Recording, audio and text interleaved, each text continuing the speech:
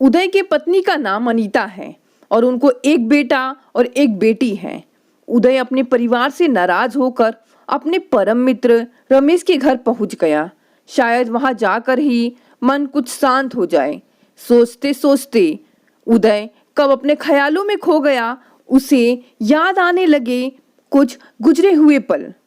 अरे आप बेटे को अपने साथ सुला लो, बेचारा बुखार से तप रहा है, आपके साथ सोने की जिद कर रहा है, पत्नी ने विनय भरे स्वर में उदय से कहा। लेकिन बेटी ने अपने अलावा किसी को भी कभी पापा के साथ सोने नहीं दिया था।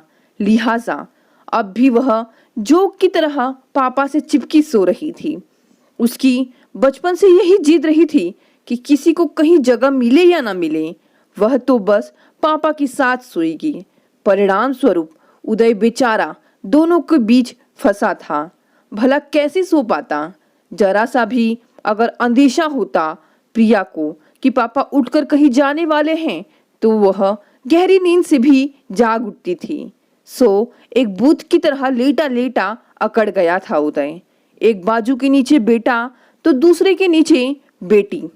हिलना डुलना बिल्कुल बंद। अब करे भी तो क्या करे? प्यार में कभी कभी नहीं, अक्सर ऐसा हो जाता है। और जब बात बच्चों की हो तो क्या कहना। तभी किसी की आवाज से तंद्रा भंग हुई उदय की। अरे भाई, फिर खो गए कहीं? अरे दोस्त, चाय दोबारा ठंडी हो जाएगी और इस बार तुम्हारी भाभी को इसे गर्म करने को कहने की मेरी तो हिम्मत नहीं। और एक तू है कि मुझे पिटवाने पर आमादा है। चुटकी बजाते हुए मजाक के स्वर में बोला था उदय का परम मित्र रमेश। अरे आप भी ना, बस।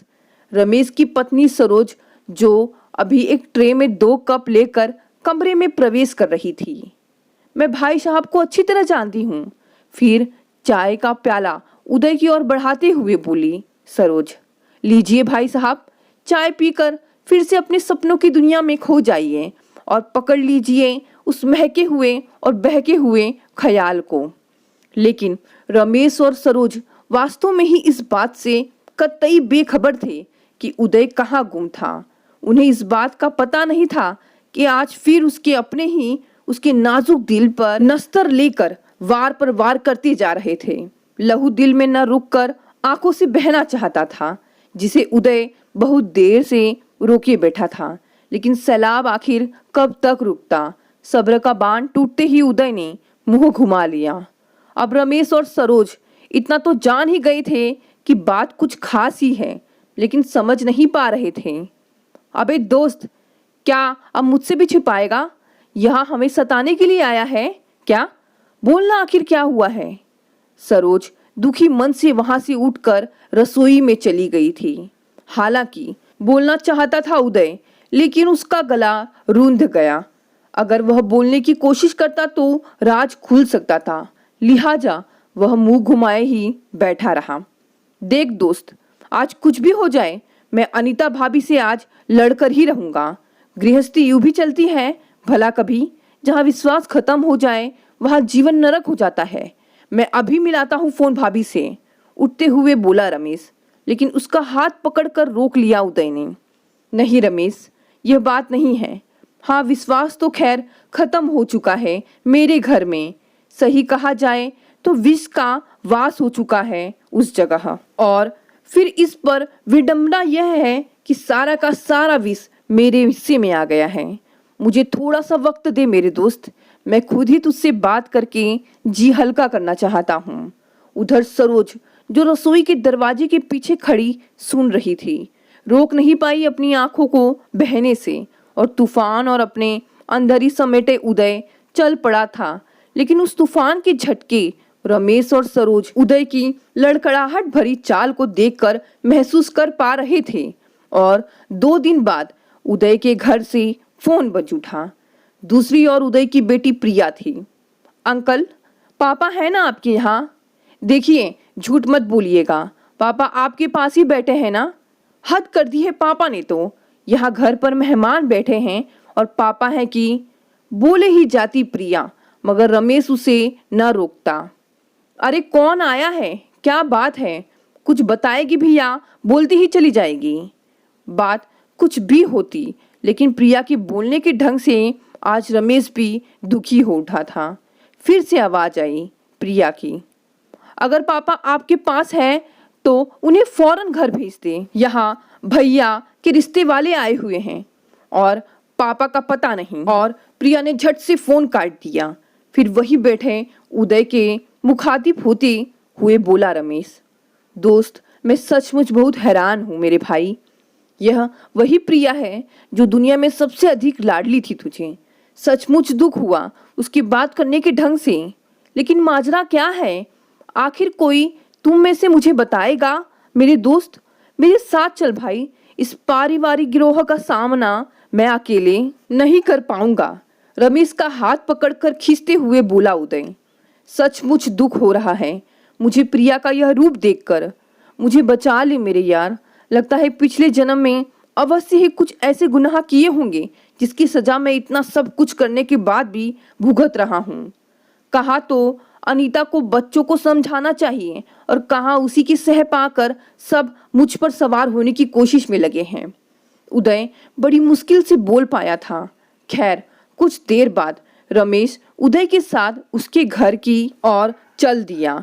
वहां सचमुच ही मुंबई से बेटे के रिश्ते वाले आए हुए थे। कुछ भी था, बेटी को ऐसे ढंग से नहीं बोलना चाहिए था। बहुत ही दुखी हो गया था उदय।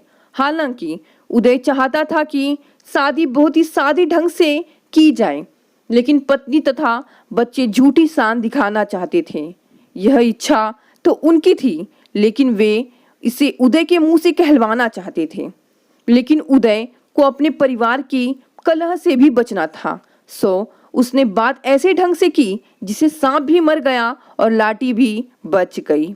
उसने बात करते हुए बेटे के होने वाले ससुर को कहा, देखिए समधी जी, हम तो सादा विवाह ही पसंद करते हैं, लेकिन आप अपनी मर्जी के मालिक हैं। आपकी एक ही बेटी है, लिहाजा जैसे आप चाहें वैसा करें। भगवान का दिया सब कुछ है हमारे पास। और तिरछी नजरों से देखा तो अनीता के अंदर का उबाल देखकर चेहरे से साफ पड़ गया था उदय।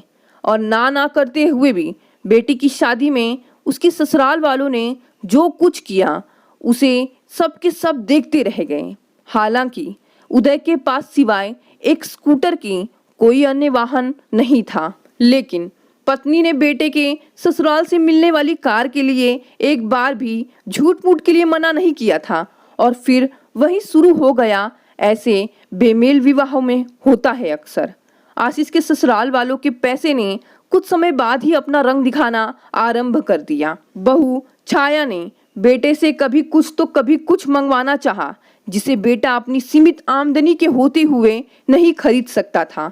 लेकिन बहू ने वही चीज कुछ दिनों बाद अपने पापा से मंगवा कर आशीष के परिवार वालों को नीचा दिखाना आरंभ कर दिया। शायद उदय के दुर्भाग्य का अंत यहीं पर नहीं था।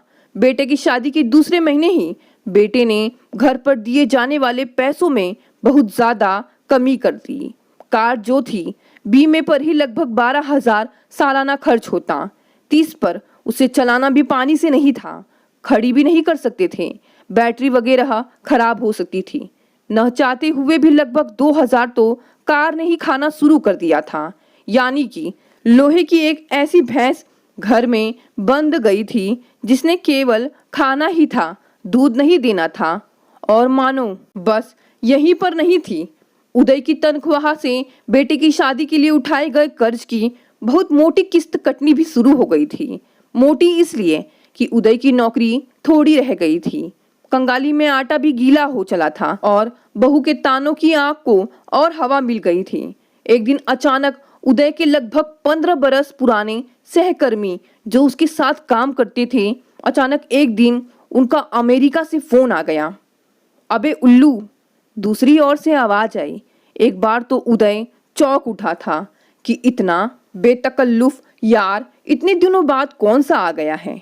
फिर से आवाज आई, भूल गया अपने यार विजय को?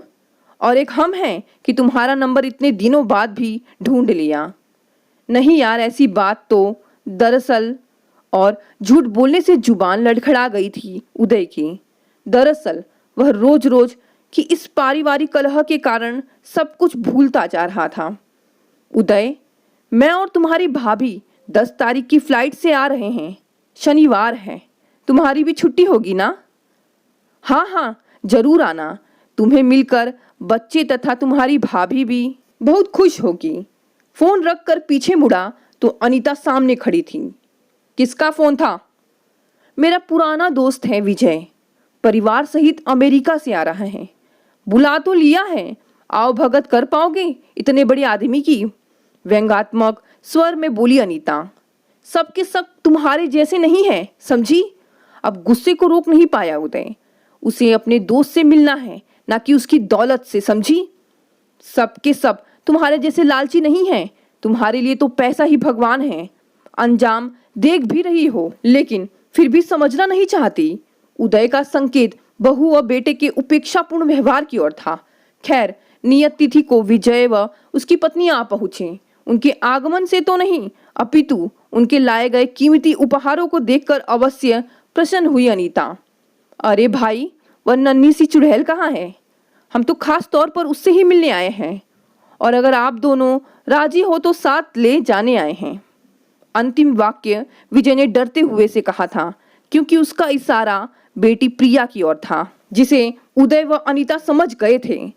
अरे भाई, हम तुम्हारी बेटी को अपनी बेटी बनाना चाहते हैं, और आप लोगों व बिटिया रानी को मंजूर हो तो हम आकाश को फोन कर यहीं बुला लेते हैं। वह होटल में रुका है।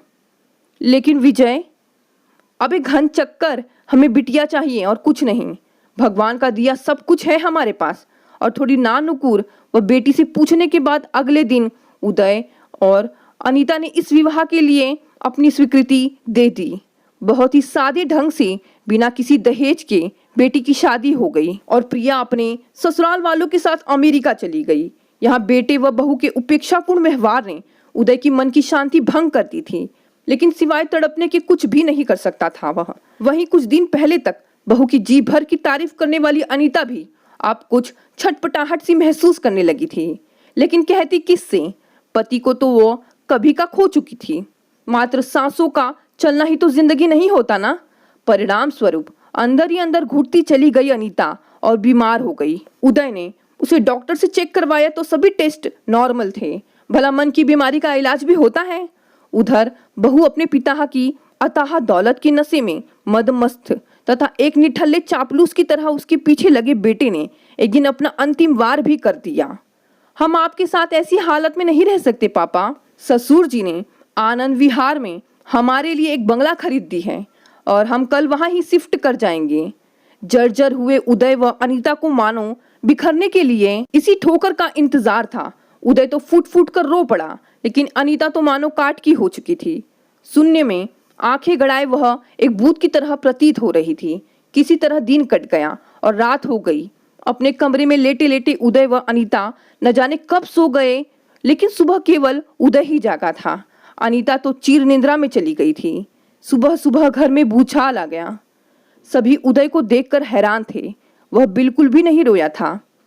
क्यों? क्या जाने कि उसके आंसू तो कभी के सूख चुके थे, बह बह कर। हाँ, सफेद साड़ी व काला मन लिए बहू ने रो रो कर आसमान सिर पर उठा लिया था।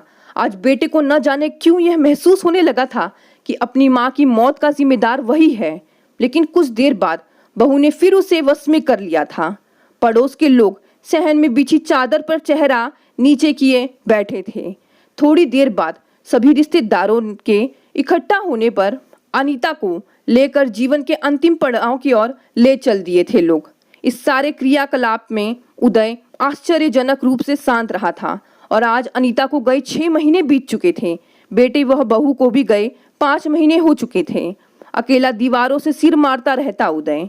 रमेश व सरोज भी उसे सांत्वना देने का प्रयास करते, लेकिन वह यह भी जानते थे कि इसका कोई परिणाम निकलने वाला नहीं था।